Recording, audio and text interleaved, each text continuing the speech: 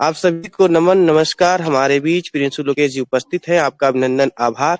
आइए आज इस सप्ताह कहानी वाचन के स्वरूप में इन्हें सुनते हैं और इनकी कहानी का शीर्षक वो कहानी पूर्णतः इन्हीं से जानेंगे। बहुत बहुत धन्यवाद प्रिंसु जी, आपका विशेष स्वागत है। आप अपनी कहानी वाचन प्रारंभ करें। बहुत बहुत आभार ये मंच प्रदान करने के लिए सर आपका।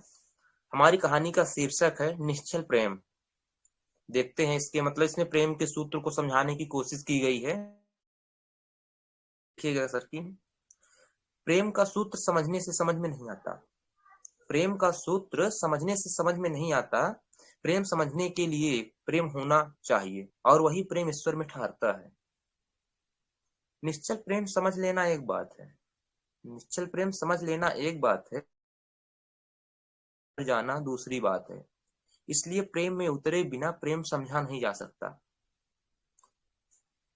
प्रेम में उतरे बिना प्रेम को समझा नहीं जा सकता, चाहे जितनी समझ हो। बहुत बार जिन्हें हम प्रेमी समझते हैं वो सच में कहें तो प्रेमी नहीं होते। उन्हें प्रेम का काखा तक पता नहीं होता। वो समझने की कोशिश जरूर करते हैं किंतु जान नहीं पाते। कुछ भी नहीं सच, मतलब वो प्रेम के बारे में वो कुछ भी सच नहीं जानते। इतना समझ जाते हैं कि जानने की कोशिश भी नहीं करते। ऐसे लोगों के पास ऐसे लोगों के पास प्रेमिकाओं का भंडार होता है किंतु उनके पास प्रेम का एक भी कण नहीं होता। उनके पास प्रेम का एक भी कण नहीं होता। इनकी दृष्टि में प्रेम जो जो है कुछ दशकों से जो हमारे बीच चला आ रहा है, हमारे मतलब समाज में चलता आ रहा है, वो प्रेम है उनकी निगाहों में। किंतु जबकि प्रेम का संबंध प्रेम के गहराई में उतर जाने से है, क्योंकि प्रेम कर्म है, अनुभूति नहीं है। ये बात ध्यान रखने, मतलब प्रेम एक कर्म है, कोई अनुभूति नहीं होती है। प्रेम के सैकड़ों प्रकार हैं और साथ में इस निश्चल प्रेम को पाने के लिए सैकड़ों रास्ते बताए गए हैं। इन्हीं रास्ते में चलकर कई प्रेमी जन, मनीषी जन, संत जन, तपस्वी जन एक वास्तविक प्रेम तक पहुंचते हैं जिसे हम ईश्वर में ठहर जाना मानते हैं। और जो ईश्वर में ठहर जाना होता है वही वास्तविक प्रेम होता है। आपके जीवन में यदि आपके जीवन में, हमारे जीवन में, किसी भी व्यक्ति के जीवन में तनिक भी छाया मिलनी शुरू हो जाए तो जीवन में तत्क्षण परिवर्तन दिखाई देने लगता है।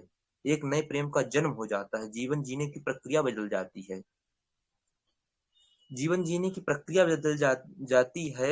साथ ही साथ उसका मतलब अपना जिंदगी को देखने का, दूसरों को देखने के ढंग में परिवर्तन आ जाता है। जीवन जीने की एक नई व्यवस्था का जन्म हो जाता है।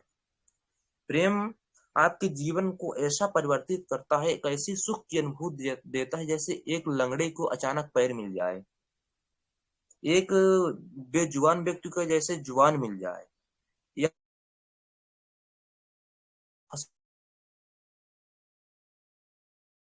में प्रेम आ जाता है, हमारे जीवन में प्रेम आ जाता है तो हमारा जीवन भी उसी फसल की तरह लहलहा जाती है।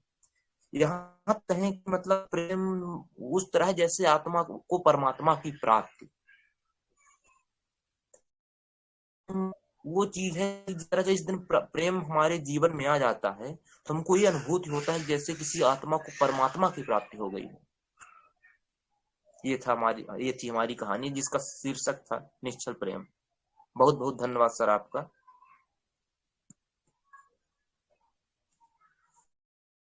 बहुत बहुत धन्यवाद प्रिंसु जी। आपने बहुत ही निश्चल प्रेम को बहुत ही निश्चलता के साथ दिखाया है और बहुत ही सारगर्भित शब्दों के साथ आपने कहानी के प्रतीकों के शब्दों के माध्यम से आपने प्रस्तुत किया। इसके लिए बहुत बहुत बधाई, बहुत बहुत धन्यवाद।